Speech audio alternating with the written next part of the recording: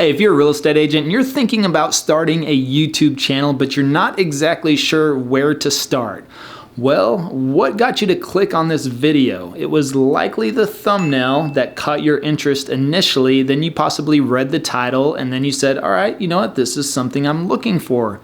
Well, that's exactly what we're going to get into in this video, of course. As you read in the title, we're going to help you understand how to create a great thumbnail. I mean, this is really in general, but we do gear this towards real estate agents. So, and they say that 70% of the battle on YouTube is the click-through on the thumbnail. Basically, we are visual type people. You're trying to capture someone's attention with your thumbnail, then they will likely read the title, then they will click on your video if they want to watch it from there. So that's always the goal that we're looking at. We're looking at thumbnail, then title, and then actually delivering on that promise in the actual video. So we're going to get behind the psychology of that and how we create our thumbnails for our real estate channel that has helped us generate over $21 million under contract and close just within the last 5 months. Yes, you heard that correctly. Over $21 million under contract or closed in the last 5 months just from our YouTube channel. And the big reason is we're getting some clicks. We have some great click-through rates. So we're gonna show you how we make our thumbnails, so that will help you understand how to make your thumbnails, and we're gonna get after it right now.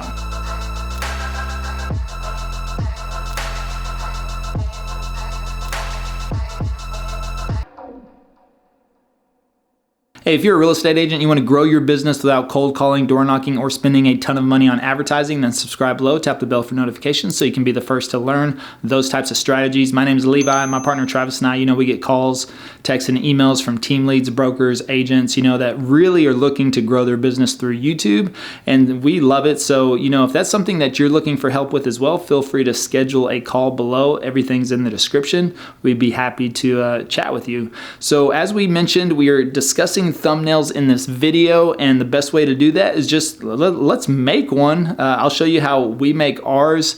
Now here's the deal, is that we have an editor Hey Chrissy, we have an editor on our team that edits all of our footage. She'll edit this video, and she usually makes the initial thumbnail, and then I'll come in with a secondary thumbnail for A/B testing. And then sometimes I'll even do another A/B test after that one, just because I usually have 2 or 3 ideas for a thumbnail whenever I make a video. Now here's the key aspect. Actually, there's a book right back there.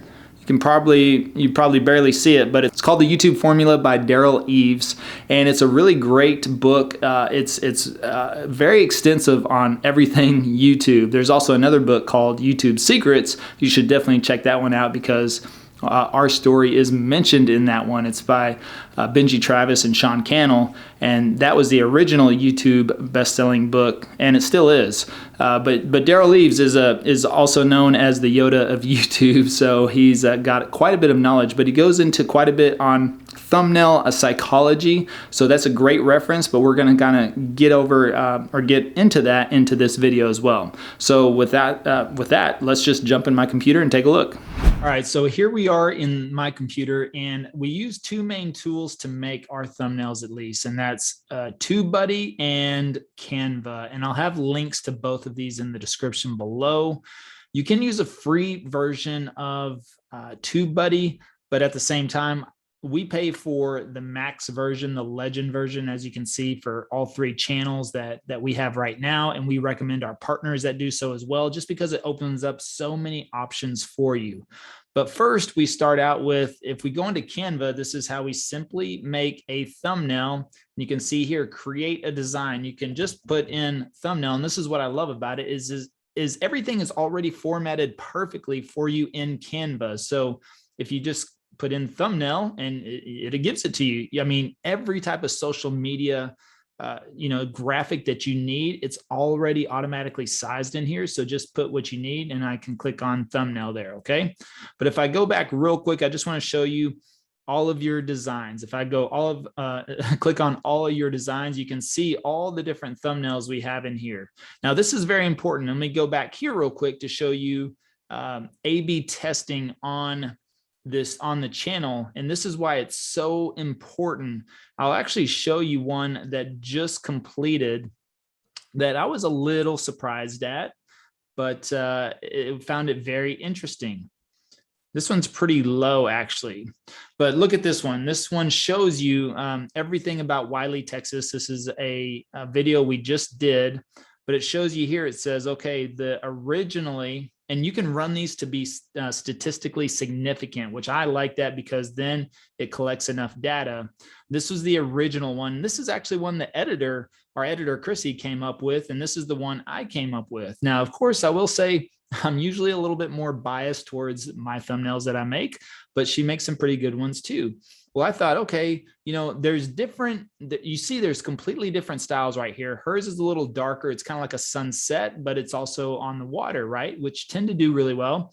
Mine is daytime, light blue sky, and more city, right? So interesting. Well, I just, you know, I thought, okay, well, mine's light and bright. Let's see how that one does. But you'll see what happens is that now the click-through rates on these are actually pretty low, but still hers outperformed. And you can see on the impressions versus the clicks. Now I find this interesting. It's just saying that sometimes these metrics will show more on the other one. However, they base it off of, you know, the click-through rate, which that actually gets people to click through. If you get more people clicking your video, you're likely going to get more to watch. And if you have a good video, then they'll stay on and watch it. So that was one I was kind of like, I was initially surprised at, but no problem. This is what I love about A/B testing though, is that it takes yourself out of it. So it's not an ego thing for me. Whichever one wins, I'm good with. Now, this one is a great example. I actually made both of these thumbnails. Look at this, 5.99 versus 7.25 click-through rate. And sure enough, I mean, this is the newer one that I made, and I felt like it would be and is much better than the last one I made. And as you can see here, it looks like it well outperformed, at least by 21%. I actually stopped this one a little bit early just because I could see the big difference there that it was outperforming. So I went ahead and stopped this early, which you can do. I could have let this continue to run, but I like this thumbnail anyways. And since it was performing better, I just felt like, all right, I'm going to go ahead and go ahead and just set that one. So I always run A/B tests just because, again, I want to take ego out of it and just see which one may do better. And then you can check all the ones in progress. And I'll show you how to run that here in a minute. So I come over here to thumbnails. And normally what I do is we actually got a video coming up on $400,000 homes in Plano. So normally what I'll do is I'll Google that city in the area and I'll click on images, and this is going to be a $400,000 house. So I could also say 400,000 house. So I could put that in the Google. Whoops. Let's see. Put that in the Google.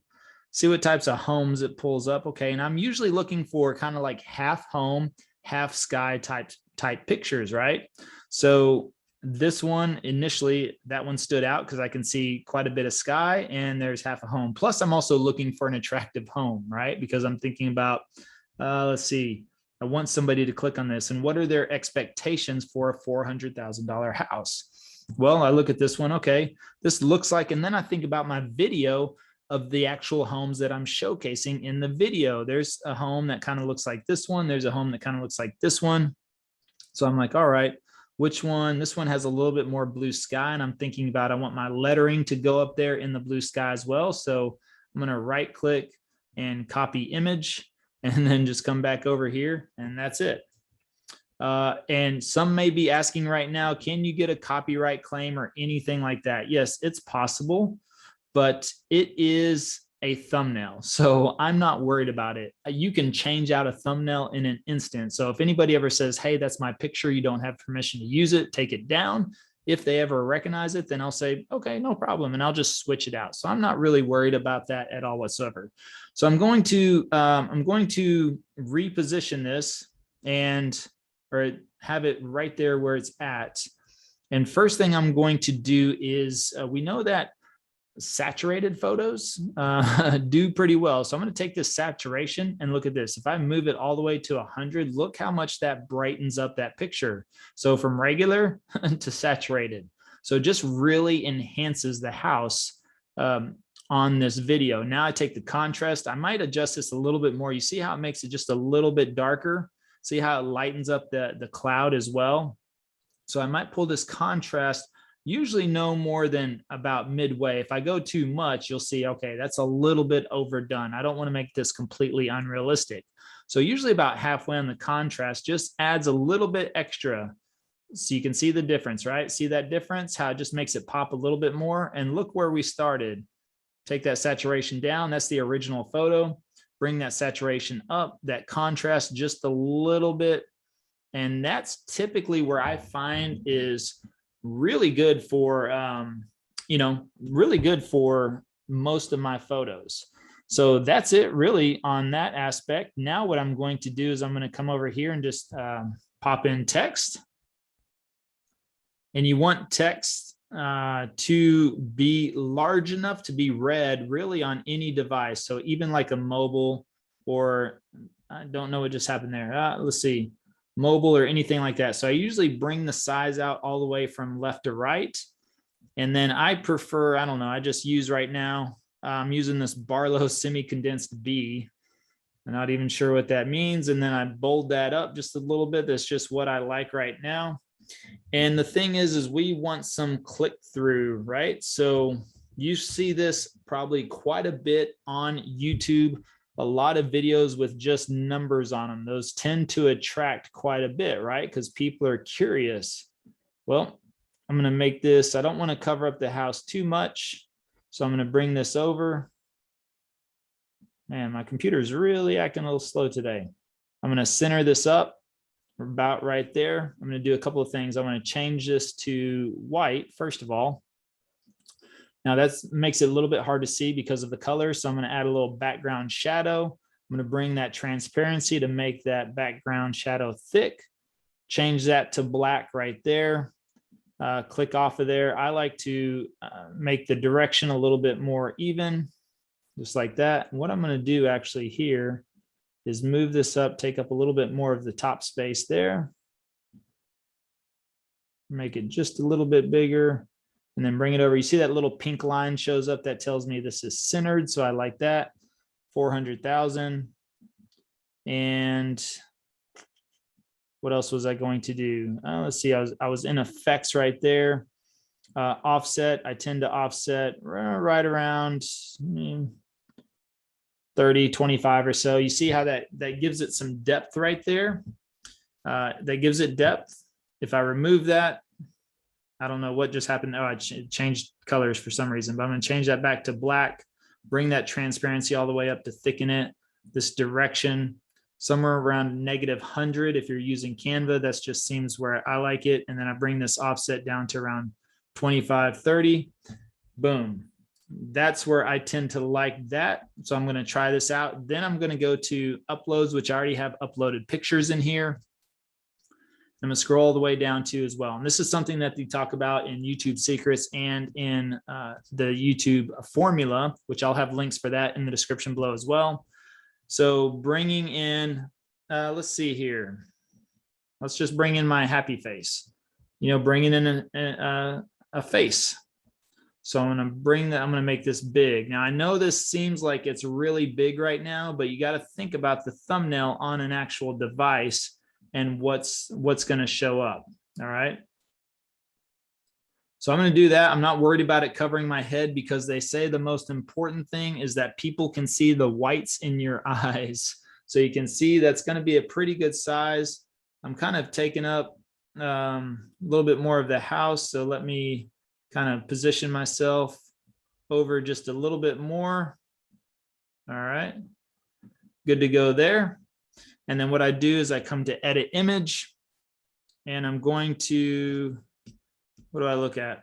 Now I have the paid version as well on Canva. So it allows you this option. So if you don't have the paid version, which it's, I don't know, it's a couple of bucks a month. It's well worth it if you're going to be utilizing this. So I click on the glow, and the glow I don't want any blur.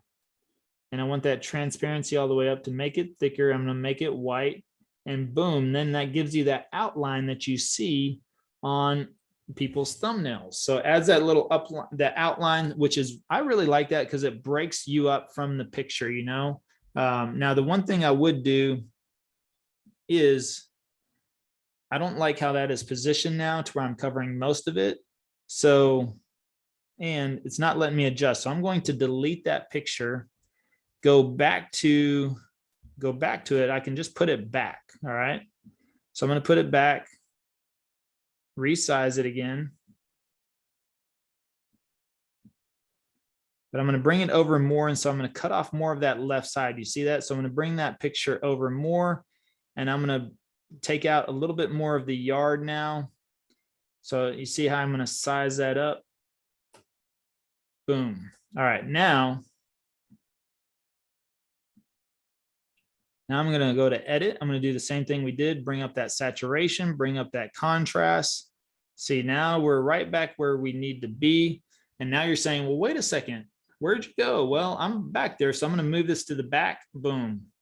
I'm positioning that backwards. And now see how we have a more of a view of the house now, less yard, more sky, price range, boom, boom, boom, right there. All right. So that is really the simplicity of making a thumbnail. You want your ideal picture, your ideal text. If you want text, now they say some of the most powerful thumbnails are ones that tell the story without any text at all. All right. So I would test this. I'm going to make this as one thumbnail. And then actually what I would do as well is I'm going to I'll probably add Plano down here. All right. Plano, Texas, just as a little addition as a test thumbnail. So I have this, and then, so if I were to bring that over like that, and let's just say, anyways, well, you get the idea. All right. So that's how I would make this thumbnail for this video that we have coming up with 400 homes in the $400,000 price range in Plano. That's pretty much it. You want to have yourself big enough. It looks big on here, but you got to think about when people are viewing this on their mobile phones or their desktop or something else. This makes you stand out. I don't mind if my hair is cut off or my ears cut off or anything like that, right? Because the most important thing is that they can see your eyes, right? And your smile, right? So I think that's a big deal, but it also depends on your expression as well. That's a whole nother story sometime, but we'll get into that. So otherwise, I'll go into here. If I wanted to create an A/B test, I simply create an A/B test. I can pick any video I want. Now look at this. Here's the one we have coming out tomorrow. It is Frisco homes in the $400,000 range. So I want to click run until statistically significant. I'm going to hit continue, and then I'm going to upload. And you'll see that I already, let's see, the one I'm going to do it with is going to be this one. This is why I'm going to A/B thumbnail test with that Frisco one. So you kind of see here the same concept, 400,000. I'm gonna A/B test it though with this one. This is the one that our editor Chrissy made, Frisco on a budget, and then I'm gonna come back with that one with the $400,000 one that we made there. So, which is, where did it go? Right there. All right, so that should give you an idea. I don't know. I think that one's a little tough to see. It might need a little bit more in the background, but I'm going to test it. Not where I can see now. I could probably bring myself maybe just a little bit bigger on here as well. Boom.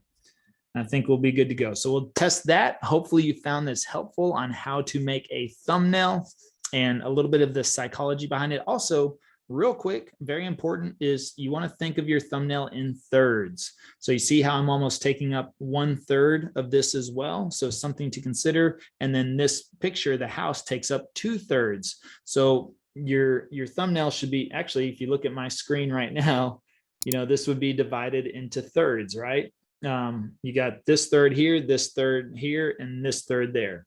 So one of your main pictures takes up, or your picture should take up almost a third of that. That's how big it should be. And that may seem awkward, or you're like, oh man, my head's really big, but that's really the way it should be. So hopefully you found this helpful. We'll have links in the description below for TubeBuddy, for Canva, and for the books as well. So you can check those out. So we hope you found that helpful. And again, if you're looking for some help on your YouTube channel or in your real estate business in general, feel free to schedule a call. We'll be happy to chat with you and see if we can help you out in any way.